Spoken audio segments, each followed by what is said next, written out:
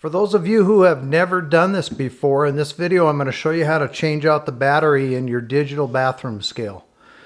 Mine happens to be a Taylor brand, requires a small Phillips screwdriver. I'm using a kit that I purchased off of Amazon that has a large variety of screwdriver tools. Real nice kit if you fixing things around the house and need a small screwdriver, eyeglasses or iPhone or something like that. Anyway, I'll leave a link to that in the description if you're interested. But I'm using the screwdriver that was in that kit. This one requires a CR2032 battery. I'll also leave a link for some of those batteries off Amazon if you're interested. It tells you right on the door what type of battery you need. On mine it has a little tiny Phillips screwdriver that needs to be removed first. So we'll do that. Real quick, simple job, and then you should be able to take your finger and slide that door open to expose the battery. Mine has a little fingernail spot where you can get your finger up underneath it and pull it out. It says it's a CR2032 3-volt battery, and the plus side faces upward toward you.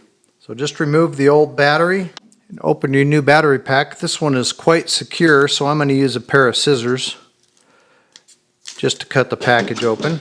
It probably has a little plastic tab on it that needs to be removed, otherwise it won't work. So remove the tab.